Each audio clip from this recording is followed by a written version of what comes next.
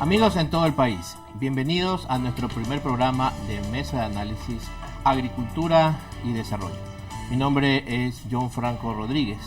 Este día vamos a trabajar un tema muy interesante que tiene referencia con la soberanía alimentaria y la relación que tiene la agricultura con esta acepción.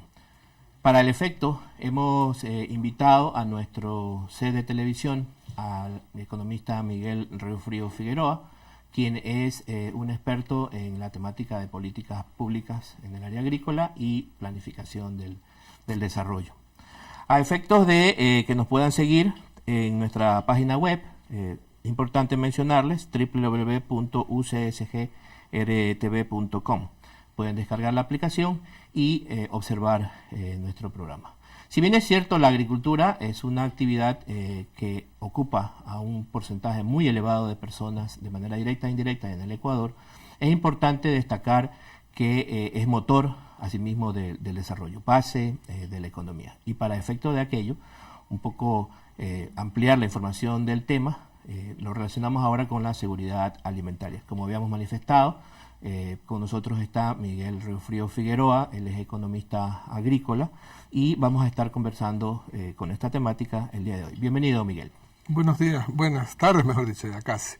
Muchas gracias por la invitación, John. Un placer estar aquí y un saludo a todas y todos los televidentes. Para ir relacionando sobre el tema, agricultura y seguridad alimentaria, ¿podríamos establecer una diferenciación entre lo que sería seguridad y soberanía alimentaria? Sí, hay una diferencia, ¿no? La seguridad alimentaria más se enfoca en el tema del acceso a los alimentos, es decir, que yo tenga la capacidad económica para poder comprar los alimentos. O sea, se sustenta mucho, lógicamente, mi capacidad de ingreso. En cambio, la soberanía busca más resaltar el derecho a la alimentación, ¿no? Por eso en nuestra nueva Constitución, a partir del 2008, se enmarca este nuevo concepto, ¿no? Un concepto que aparece a finales de la década del 90, ¿no? Promovido por una agrupación de organizaciones sociales, como un poco para contrarrestar el discurso de la seguridad alimentaria que se sustentaba exclusivamente en los ingresos económicos para acceder a los alimentos. ¿Podríamos decir que aquí en el Ecuador tenemos seguridad y soberanía alimentaria? Yo creo que sí, tenemos una mezcla, ¿no? Por el hecho de que tratamos de alcanzar la seguridad, tratando de mejorar los ingresos de la población para que tengan acceso a los alimentos, gracias a la complacencia de la naturaleza. Sí. Nosotros tenemos un país muy rico que nos muy diverso, ¿no? Muy diverso, lo que nos facilita la riqueza de su tierra, principalmente el tener acceso a estos alimentos y acceso a un nivel económico. Y en el tema de soberanía, lo que se trata de recuperar para el caso del Ecuador es un tanto la forma ancestral de alimentarnos, ¿no? Es decir, los saberes ancestrales. Los saberes sobre todo y las tradiciones. Pese a que somos un país tan pequeño, en cada sector se come diferente. ¿Podrías graficarlo de alguna manera? Tal vez el plato más típico sea el seco de pollo, ¿no? Creo que hay en todo el país. Pero su forma de preparación varía, ¿no? Algunos usan chichajora, por ejemplo, otros usan cerveza, otros usan naranjilla, otros usan maracuyá. Dependiendo algunos de la región. le aprueban papa, otros zanahoria, otros yuca. O sea, hay diferentes formas de prepararlo. Entonces, esa diversidad de preparación es precisamente la característica de cada territorio. Y la alimentación debe estar enmarcada, debe ser sana, debe ser suficiente, debe ser nutritiva, pero también enmarcada en la forma ancestral y cultural de que estamos acostumbrados a comer. No implementar otras culturas alimenticias, por ejemplo. No sé si tú notarás, por ejemplo, cuando vas a los centros comerciales, ¿no? Y ves los diferentes locales de comida, ¿no? Hay locales que venden comida, se puede decir, tradicional de la localidad en donde está, ¿no? El típico plato de arroz con menestra, los secos, los caldos de bola, etcétera, etcétera, ¿no?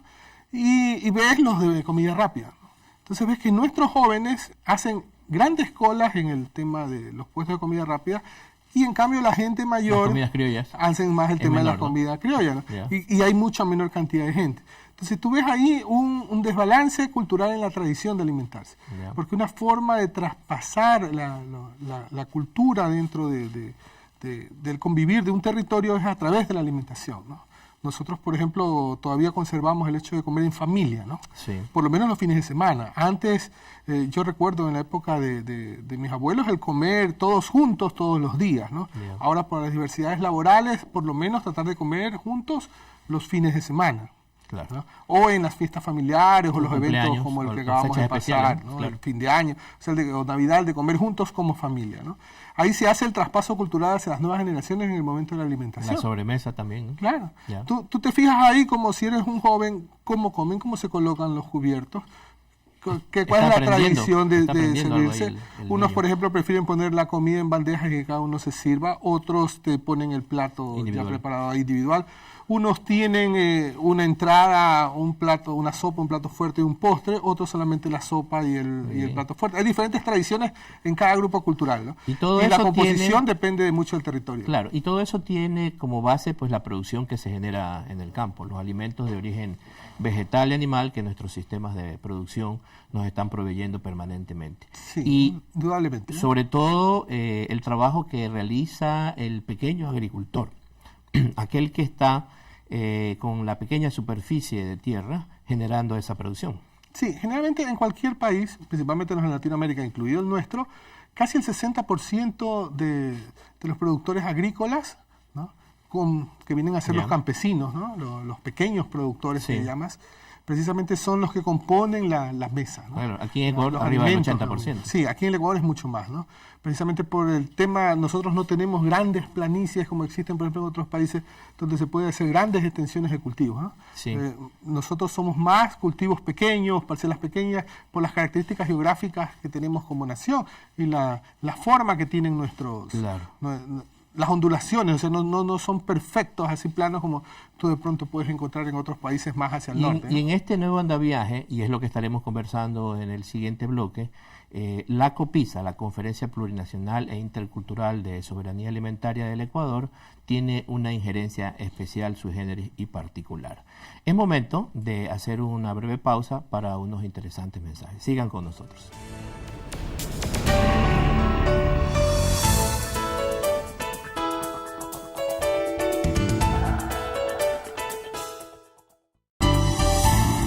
Gracias por seguir en nuestra sintonía. Hoy estamos conversando en torno a la Conferencia Plurinacional e Intercultural de Soberanía Alimentaria del Ecuador con el economista agrícola Miguel Riofrío Figueroa, quien es el delegado por las universidades y los centros de investigación a la COPISA. Estamos correctos en esa Sí, le denominación. faltó nomás las escuelas politécnicas, porque el hecho que se enmarca, se Claro, separa, ¿no? dentro de la educación superior. educación superior. Exactamente, muy bien. ¿Cuál es el papel de la COPISA en torno a la gestión de la agricultura en el Ecuador? Bueno, primero, ¿cómo nace la COPISA, no? Sí. La COPISA nace en el 2009, luego de aprobada la Constitución, se aprueba la Ley Orgánica de Régimen de Soberanía Alimentaria, llamada LORSA, en forma reducida, y la cual es reformada en el 2010, ¿no? Donde se crea primero la Conferencia de Soberanía Alimentaria, ¿no? Y luego se cambia el nombre a Conferencia Plurinacional e Intercultural de Soberanía Alimentaria, que es un ente compuesto inicialmente por 8 miembros, ahora 9. En este caso, un representante de las universidades, también uno de los agricultores, uno de los ganaderos, de los Así está productores, estructurado, pescadores, campesinos y de las nacionalidades, ¿no? Esa es faltó los consumidores, la estructura, ¿no? ¿Y cuál es su objetivo principal, ¿no? Generar un diálogo participativo para la generación de propuestas de políticas públicas en el tema de soberanía alimentaria. Entonces la agricultura es un componente, no digamos el principal, uno de los más importantes, ¿no? Porque todos los componentes que conforman la soberanía alimentaria son sumamente importantes. Entonces la COPISA trata de aplicar y promover el derecho a la alimentación que se señala en el artículo 13 de nuestra Constitución, que dice en forma resumida que los ecuatorianos de forma individual o colectiva tenemos derecho a una alimentación sana, suficiente y nutritiva, pero de acuerdo con nuestra identidad cultural, ¿no? Sobre todo se da realce a esto. Un poco para, como conversábamos en el segmento anterior, tratar de frenar la importación de formas tradicionales de alimentación de otros países que afectan de una u otra manera nuestra cultura. O sea, un poco tratar de conservar la propia identidad de ecuatoriano y la mejor forma de hacerlo es a través de la alimentación. Algo como consumir más verde, yuca, papa y Sí. menos harinas derivadas del trigo, por Exactamente. O sea, es indudable que hay ciertos alimentos que fueron introducidos y que ya forman parte de nuestra Cultura alimentaria. Por ejemplo, Sí. el arroz, ¿no? Claro. Por poner el más importante, porque no es natural de nuestra zona, pero fue 50 implementado. kilogramos per cápita. Y ahora en el Ecuador. pensar en sacar el arroz de la dieta alimentaria es sumamente difícil, ¿no? Imposible. Entonces hay que tomar en cuenta eso, o sea que hay ciertas cosas que se han implementado, pero tratar de conservar por lo menos la identidad propia ecuatoriana, del ecuatoriano moderno, ¿no? No solo pensando en remontarse al antiguo ecuatoriano en las épocas ancestrales, ¿no? Sino con las distintas mutaciones que ha habido, tratar de conservar eso. Y una forma es fomentando la agricultura. Y como el énfasis del artículo 13 de la Constitución habla de que los alimentos deben ser sanos, nos enmarcamos en que esa alimentación sana, una de las mejores formas es a través de la producción agroecológica. Claro. Un poco tratar de limitar orgánico, ¿no? el uso de insumos artificiales químicos principalmente, por lo que pueden ser nocivos para la salud. Hacer una agricultura de reducida dependencia de insumos externos, que el mismo agricultor genere sus propios fertilizantes, sus propios biocidas para controlar las plagas. O sea, buscando precisamente ese tipo de agricultura alternativa, ¿no? Y sobre todo para tener acceso a mejores alimentos, que cumpla su función el alimento, porque no solamente a veces pensamos en el alimento solo en el tema de satisfacer el hambre, ¿no?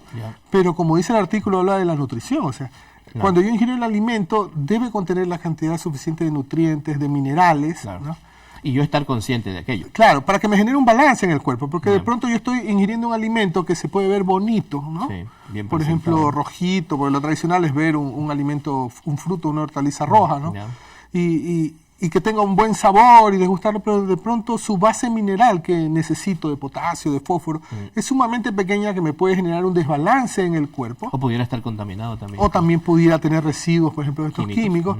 Hay algunos estudios que hablan de que el uso de químicos desbalancea la composición mineral de los alimentos.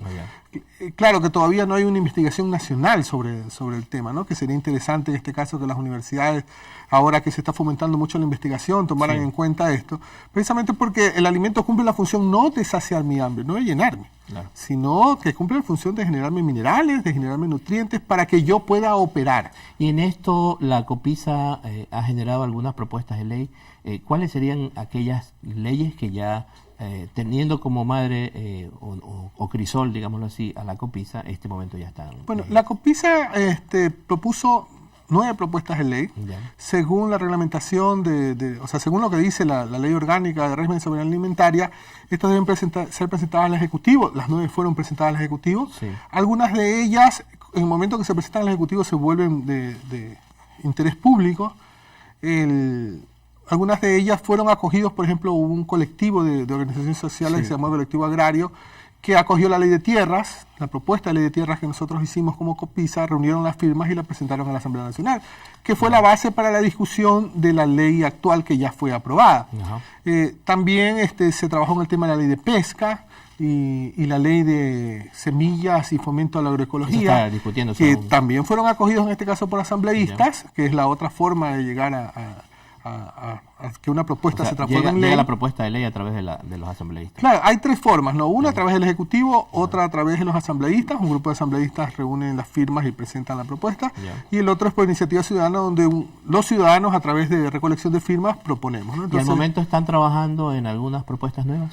Aparte de las 9, esas 3 ingresaron a la Asamblea. Las otras, la de agroindustria, la ley de comercialización, la ley de crédito y subsidios agropecuarios, la ley de sanidad animal y inocuidad agropecuaria, la ley de consumo y nutrición, y creo que se me escapa una ley por ahí, fueron entregadas al Ejecutivo y ahí quedó el tema, ¿no?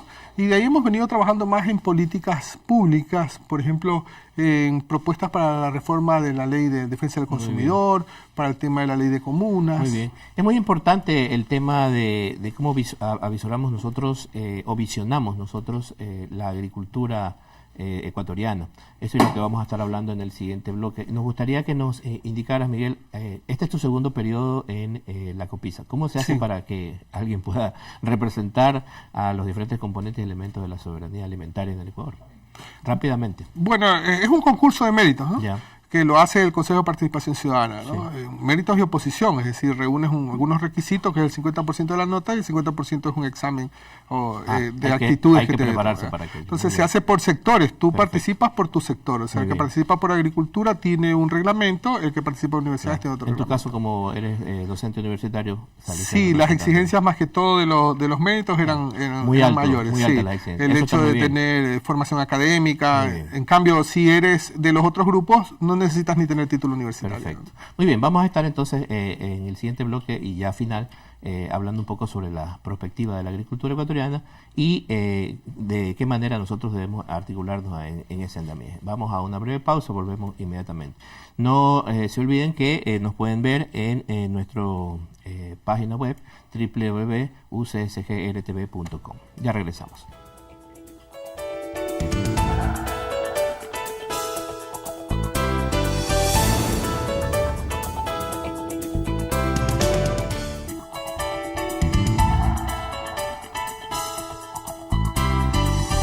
Hemos regresado con Mesa de Análisis, Agricultura y Desarrollo. Hemos estado tratando el tema de la agricultura y la soberanía alimentaria aquí en el Ecuador con el economista agrícola Miguel Riofrío Figueroa, quien es el conferencista delegado por las universidades y escuelas politécnicas y centros de investigación de nuestro país. Miguel, hacia el final de nuestro programa de hoy, hablando un poco sobre la perspectiva, la visión futurística que tenemos de la agricultura de nuestro país, que ya, como habíamos estado mencionando en segmentos anteriores, habíamos dicho que tenemos seguridad y soberanía alimentaria, lo cual nos permite proyectarnos con el modelo agrícola exportador y con el modelo de agricultura familiar potenciado para hacia los mercados internacionales. ¿Cómo ves tú esta situación?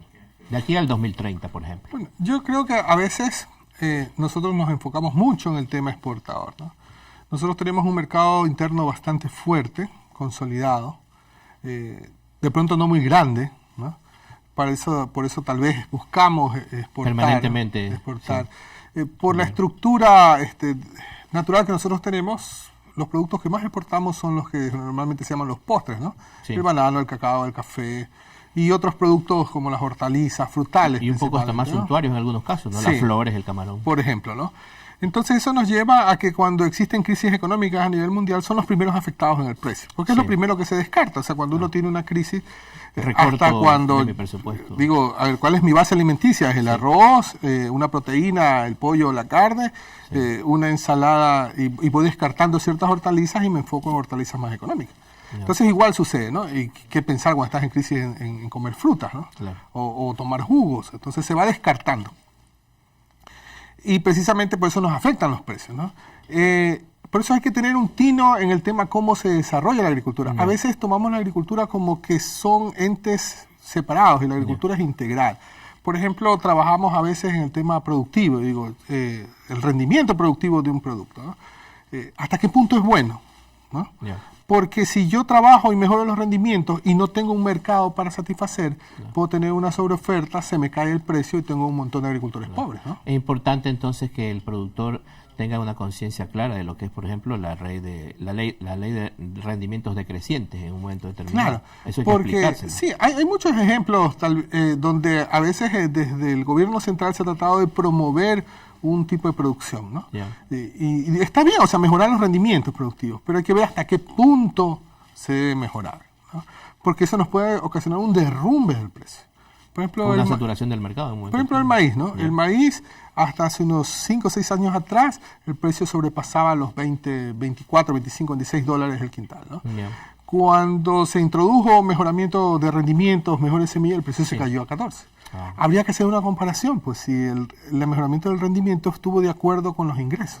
Yeah. O eso me ocasionó un colapso dentro de esos productores. ¿Les mejoró en verdad la vida o no se las mejoró, ¿no? Yeah. El tema también, por ejemplo, del acceso a riego, el acceso a caminos, el acceso a crédito, buscar formas de financiamiento, no solamente exclusivamente el crédito. A veces nos enfocamos mucho como que fuera la única alternativa de financiamiento. Existen otras alternativas de financiamiento en las cuales se puede explorar. Siempre hay que tratar de ver la agricultura con una forma integral.